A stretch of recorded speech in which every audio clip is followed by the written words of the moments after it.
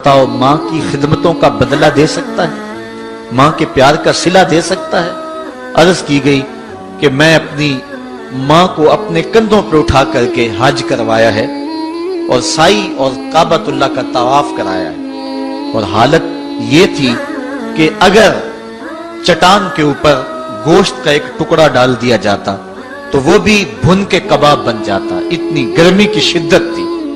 क्या मेरी माँ ने मेरी जो खिदमत की, मेरी कफालत की, मुझे दूध पिलाया, मुझे जन्म दिया, तो मैंने क्या माँ की खिदमतों का सिला दे दिया है?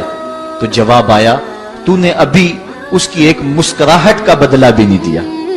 माँ जब हंस के देखती है तो जन्नत की सारी कलियां खिल उठती, और बेटे की जिंदगी माँ के उस हंसने से जो है वो इबादत होती है। बेटे के लिए माँ के जो जज्बात हैं, माँ की जो कहानियां हैं, माँ के सीने में जो दर्द के उमटती हुई एक कायनात है, उसका कोई बदल नहीं हो सकता। सारी जिंदगी एक टांग पे खड़ा होके बंदा माँ की खिदमत करता रहे, फिर भी हक अदा नहीं होगा। माँ माँ होती है। अल्लाह ताला जल्ला शानहू ने उसको वो दर्जे अता फरमाए। बेटे के साथ जो प्यार माँ करती है, भला कोई कर सकता है? कोई इतनी मोहब्बत दे सकता है जितनी माँ मोहब्बत देती है? सारी जिंदगी भी इंसान उन मोहब्बतों का बदल देना चाहे तो नहीं दे सकता, चूंकि माँ के प्यार का किनारा ही कोई नहीं। माँ की मोहब्बत की गहराई और गहराई को कोई नाप ही नहीं सकता। समुंदर के पाताल तक तो शायद कोई पहुंच गया हो, लेकिन माँ के प्यार का किनारा आज तक किसी को नहीं मिला। अल्लाह ताला ने उसके सीने में धड़कता हुआ जो दिल रखा है और तड़पती हुई जो ममता रखी है, वो एक मिसाल बनी हुई है कि किसी ने किसी को कहा कि मैं तेरे पे राजी तब हूंगी कि अगर तू अपनी माँ का कलेजा निकाल के ले आए।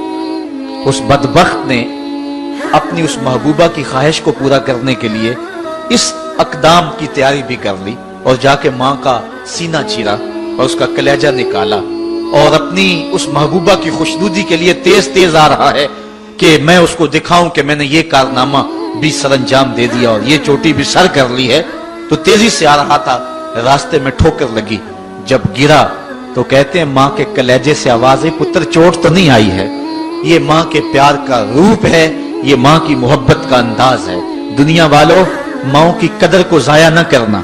माँ के प्यार को और उसकी मोहब्बत का सिला दे तो नहीं सकते, लेकिन सारी जिंदगी माँ की नौकरी करना और अपने बाप की जिंदगी के अंदर कभी भी नाफरमानी न करना, ये सादतमंदी और खुश नसीबी होती है। हुजूर ने मिंबर की 3 सीढ़ियों पे कदम रखते हुए आमीन आमीन कहा था। तो बाद में पूछा गया, हुजूर आपने हर सीढ़ी पे कदम रखते हुए आमीन कहा, तो ये क्या माजरा था? फरमाया, जिब्रील आए थे, उन्होंने मुझे कहा था उस शख्स की नाक का कालूद हो जो माह सियाम रमजानुल मुबारक